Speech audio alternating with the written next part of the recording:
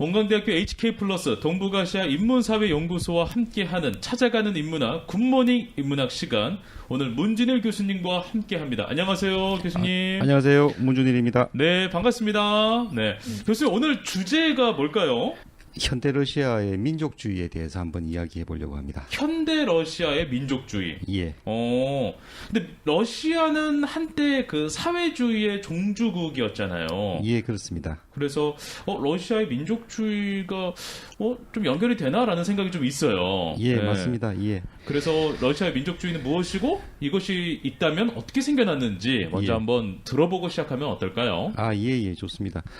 그 이야기를 하자면은 소비에트 시기를 관통했던 거는 이제 당연히 사회주의 이데올로기죠. 그렇겠죠. 인류의 역사에서 사회주의 실험을 네. 처음 해본 나라였고요. 네네. 그 이데올로기를 수출해서 동구의 위성 국가들을 거느렸던 네네. 한 나라인데, 이 사회주의 이데올로기는 당시 소비에트 연방의 국가 공식 이데올로기입니다. 그래서 소련에서는 그 사회주의에 기반해서 뭐 정치, 사회, 경제 시스템이 다 구축됩니다. 그러니까 이거는 뭐 단순히 그냥 하나의 이데올로기가 아니라 네네. 그들의 삶의 모든 분야를 관통하는 하나의 시스템이었습니다. 네네. 그런데 91년에 이제 소련이 붕괴하면서 붕괴가 됐죠. 예, 시장 경제 체제로 전환을 합니다. 어허. 그때 시장 경제 체제로 개혁을 이끌었던 사람들이 급진주의자들입니다. 급진 시장주의자들인데 예. 이 개혁주의자들이 어떤 자유민주주의 이데올로기를 가지고 시장 경제 체제를 이끌었는데 굉장히 성공하지 못합니다. 경제 위기를 맞는 건가요? 예, 그래서 90년대는 러시아가 신생 러시아죠. 네. 그 소비에트 연방은 15개의 공화국으로 이루어져 있었는데, 네네. 그 91년에 소련이 붕괴하고 나서 뭐 여러 공화국들이 독립을 하고 나머지 이제 러시아 연방이 시장 경제 체제로 진입을 했는데, 네. 굉장히 힘든 90년대는 한마디로 말해서 경제적 위기의 시기였습니다. 어허. 자, 이렇게 보면은 한때는 미국과 더불어서 세계를 양분했던 그렇죠. 나라였지 않습니까? 네네네. 그러니까 그때 소련에 속한 사람들은 자신이 소비에트 사람이었던 거죠. 소비에트인들이었는데 네. 그 사람들은 이 새로운 나라를 만드는 게 뭐냐면은 어떤 새로운 역사적 공동체를 만든다고 생각했던 거죠. 예. 그러니까 말씀드리면 아까 소련은 15개 공화국으로 이루어졌다고 말씀드렸는데 그 안에 수없이 많은 민족들이 있었습니다.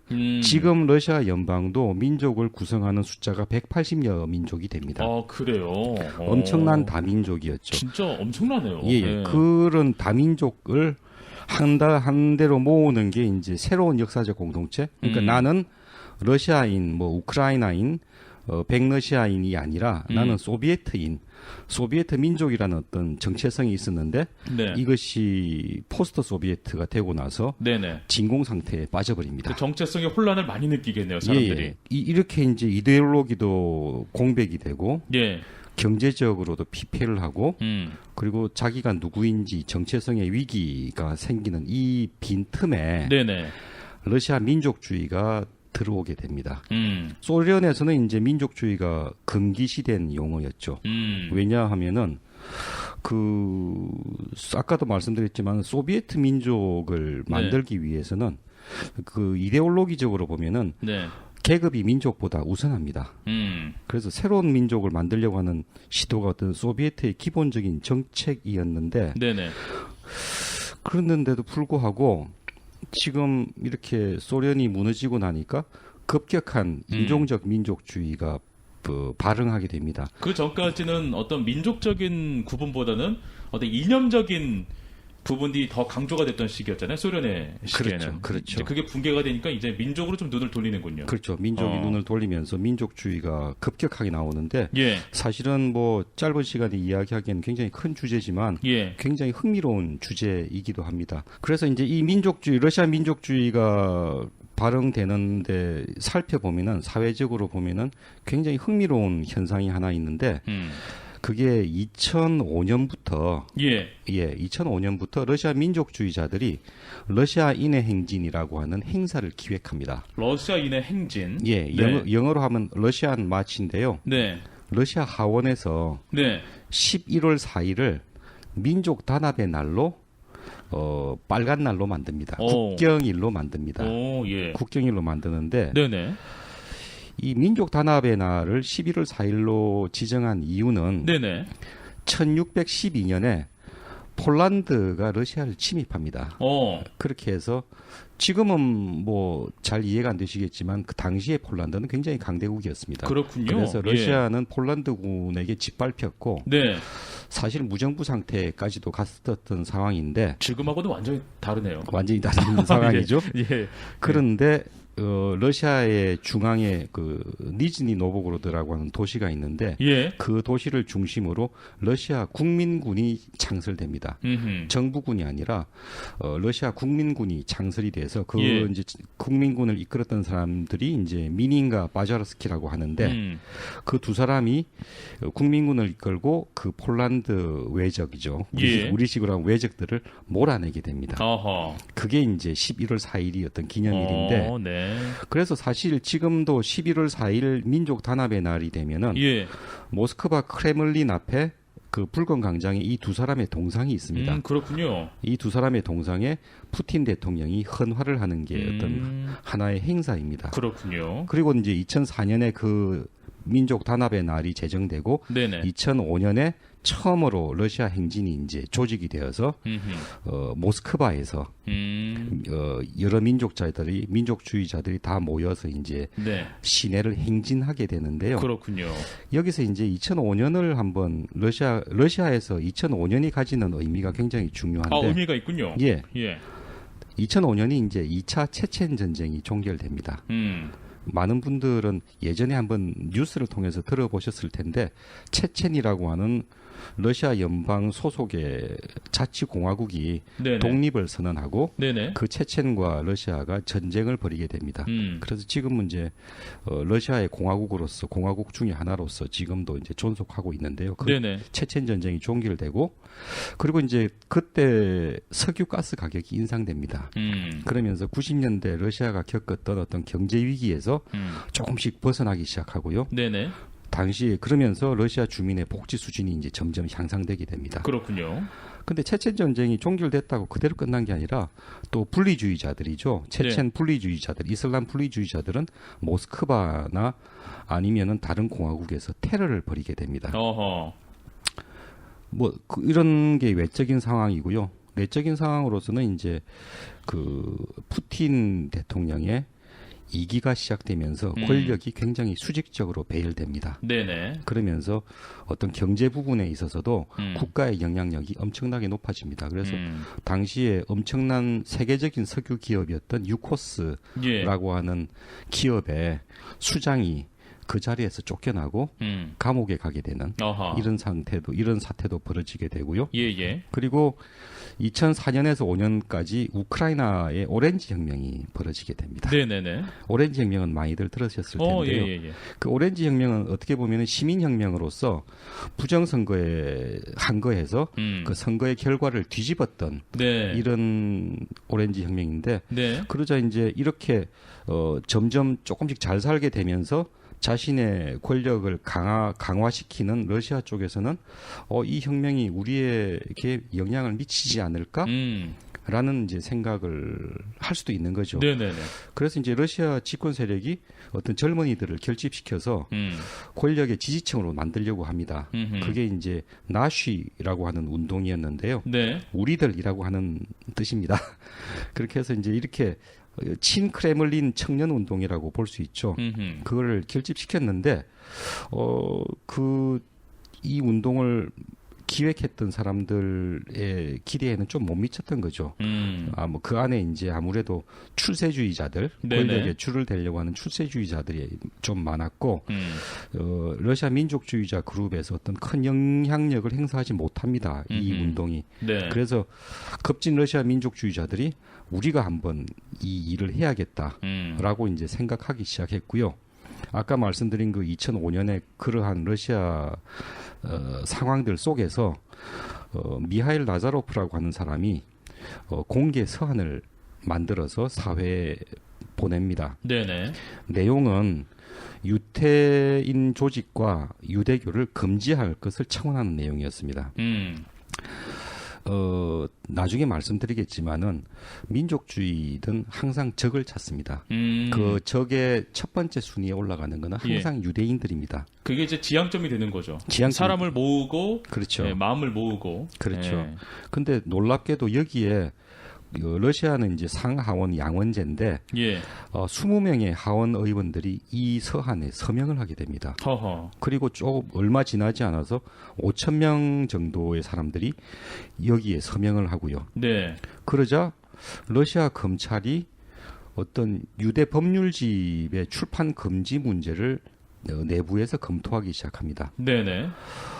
그러니까 이제 드디어 아까 말씀드렸듯이 권력이 적을 찾기 시작한 거죠. 러시아 민족주의의 가장 큰 특징이 외부에서 적을 찾는다라는 걸로 보이는데요. 네. 이거는 사실 소비에트 시절에도 있었던 전통 같습니다. 왜냐하면은 소비에트는 그때 이념 교육이 이랬거든요. 소비에트는 외부의 서구 자본주의자들, 서구 제국주의자들에게 네. 둘러싸여 있다. 우리는 이 적들을 돌파하고 우리의 이념을 지켜야 된다라는 어떤 패러다임이 네. 존재하고 있었는데 네네. 그러다 보니까 지금 이제 러시아로 돌아온 이후에도 이 적을 찾는 전통은 계속 남아 있는 것 같습니다. 그렇게 유대인에 대한 공격이 시작되고 그러고 나서 또 어떤 현상이 벌어지냐면은 우리가 헐리우드 영화에서 보셨듯이 아나스타시아라고 하는 네, 헐리우드 네. 그 애니메이션이 있었지 네, 않습니까? 네, 네. 그게 이제 마지막 황제 니콜라이 일가족에 관한 이야기인데 네.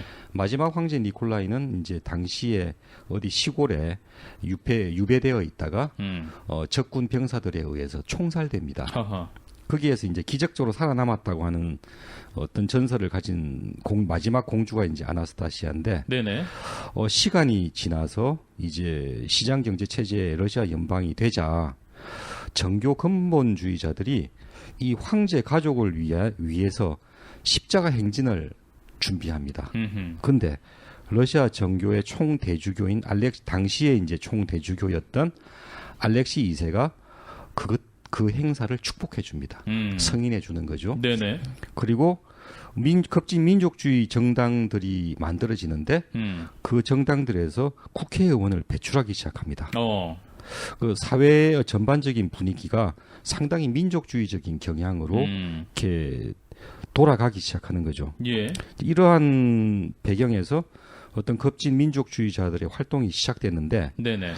그러니까 러시아 전반적으로 이제 당시에 어떤 외국인 혐오를 가졌던 제노포비아적인 경향을 가졌던 여러 시민들을 청들을 아우르게 됩니다. 네네. 이럴 수밖에 없는 거는 아까 외부에서 적 찾기라고 하는 소련과 러시아의 전통에 대해서 말씀드렸는데 네네. 이념은 공백이 되었고 경제는 피폐되었고 그럼 이것에 대해서 누군가에게 책임을 그렇죠. 화살을 던지고. 돌려야 되는 거죠. 예. 그것이 이제 서구가 책임을 져야 된다고 하는 사람들도 있었고, 예. 아니면은 이제 외부인들, 외국인들, 유태인들, 거기다가 아까 말씀드렸듯이 체첸 전쟁이 일어나지 않습니까? 하하. 그리고 나중에 그 이후에 테러가 벌어지게 됩니다. 모스크바에서도 예. 많은 사람들이 테러로 죽게 되는데 그 이후부터 카프카스 인종에 대한 혐오가 엄청나게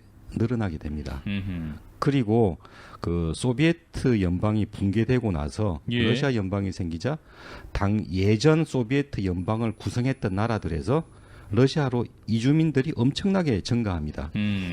그러니까 그러면서 그들에 대한 인종적 혐오들이 점점점 쌓여가고요.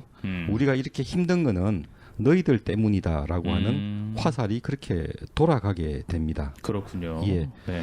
그래서 이제 그 대중들 속에 어떤 그런 민족주의적인 경향들이 점점점 팽배해지니까 예. 여러 가지 저 국가 정당들도 거기에 부응하는 이런 모습들을 사실은 보여줬었습니다. 네. 심지어는 공산당, 러시아 연방 공산당이 이제 생겼거든요. 네네. 당시 소비에트 연방이 무너지고 나서 공산당이 금지되어 있다가 그 다음에 이제 다시 러시아 연방 공산당으로 다시 재출범하게 되는데 네. 그 공산당조차 러시아 사람들의 이러한 민족주의에 조금씩 부응하는 정책들을 펴 나가기 시작합니다. 네. 알겠습니다. 네. 우리가 이제 러시아 민족주의 하니까 사실은 러시아 하면 좀 제3세계 느낌이 좀 나잖아요. 우리 이제 한국인들 입장에서는. 근데 러시아 민족주의 이야기하니까 상당히 좀 생소한 이야기도 하고, 교수님께서 오늘 준비한 이 러시아의 민족주의의 모습에서 우리가 들여다볼 수 있는 우리가 얻어야 할 의미는 과연 무엇인지 이 부분도 한번 좀 마무리 말씀을 해주시면 감사할 것 같습니다. 그래서 그 러시아의 행진이 이제 러시아 민족주의자들이 조직을 해서 네. 사실 작년까지 계속 행사가 이어졌습니다. 네네. 근데 그 민족주의자들의 스펙트럼이 굉장히 넓었던 거죠. 네네. 그래서 쉽게 말하면은 황제를 다시 복원시키자는 정교 군국주의자들로부터 시작해서 네. 불법 이민자들을 축출하자는 운동을 가진 이념을 가진 사람들, 아니면 러시아 민족 국가를 건설하자는 사람들, 거기다가 축구 팬들이라고 있죠. 약간 광신적 축구 팬들까지 가세를 하고, 심지어는 네오나치스트들, 히틀러를 추종하는 사람들까지도 이 민족주의자 그룹의 행진에 들어오게 되고요.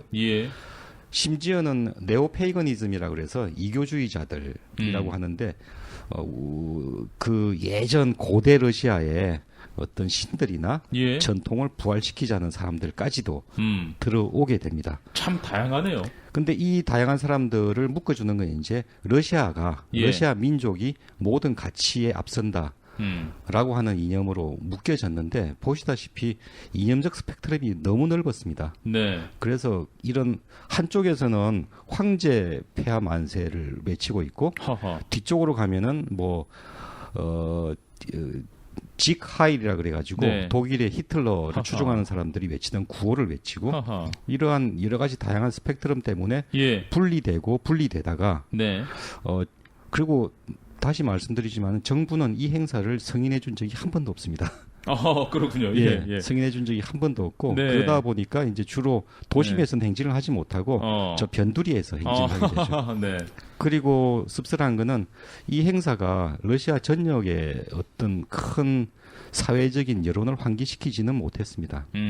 환기시키지는 못했고 그 자신들의 어떤 그리고 이제 최고조로 올랐을 2014년, 15년 이럴 때 한 10,000명 정도의 인원들이 모았다가 작년 2020년의 결과를 보면은 한 150명, 300명이 모이는 아주 작은 운동으로 소멸되다시피 이제 한 거죠. 근데 어떤 사회를 통합하는 기제로서는 자신들의 가치를만 주장하고 자신들의 가치를 최우선으로 하는 어떤 그러한 이념들은 사회를 통합하는 어떤 기제로서는 전혀 작용할 수 없다는 것을 우리가 알 수 있지 않나라는 생각입니다. 알겠습니다. 자, 오늘은 조금 더 생소하고 좀 흥미로운 이야기였어요. 러시아의 행진, 현대 러시아 민족주의 한 모습에 대해서 오늘 문준일 교수님과 이야기를 나눠봤습니다. 원광대학교 HK+ 동북아시아 인문사회연구소와 함께하는 찾아가는 인문학, 굿모닝 인문학은 여기서 마치겠습니다. 교수님 오늘 고맙습니다. 감사합니다.